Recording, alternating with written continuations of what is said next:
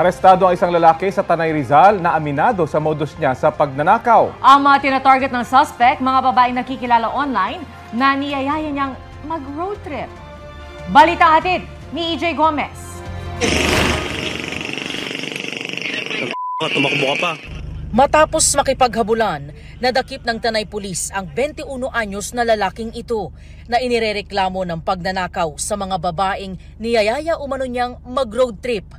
Ayon sa Tanay Municipal Police Station, isang biktima ang dumulog sa kanila at inireport ang suspect na si alias Jello na tumangay umano ng kanyang mga gamit. Nangyari raw yan ang baybayin nila ang kahabaan ng Marilake Highway sa Tanay Rizal alas 2 ng madaling araw noong Biyernes. Nakilala ng biktima itong suspect through online. Sinundo ng suspect itong biktima sa Quezon City. So from Quezon City, pumunta sila ng Tanay. At yung gamit ni biktima ay siyempre inilagay mo na doon sa U-box ng motor.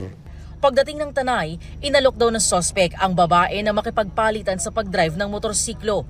Nang pumayag ang biktima at nakababa ng motorsiklo, doon na raw humarurot ang lalaki. Pumayag naman po siya. Wala naman po nangyari.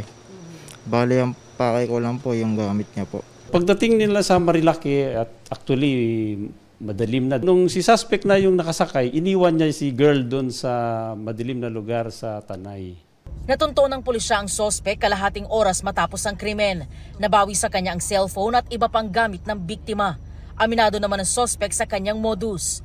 Nakaraang taon pa raw nagsimula ang kanyang modus at nasa 5 mga babae na raw ang kanyang nabiktima. Yung na ayayin ko po silang gumala. Tapos mag-aabot na lang ako. Pambayad, ganun po. Bali, po, pag nakakuha lang po ng tiyempo, iiwan po. Ramdam ko lang po silang pinipili. Kasalukuyang nakadetine ang suspect sa custodial facility ng Tanay Municipal Police Station. EJ Gomez, nagbabalita para sa GMA Integrated News. Kapuso, alamin ang maiinit na balita. Bisitahin at mag-subscribe sa GMA Integrated News sa YouTube.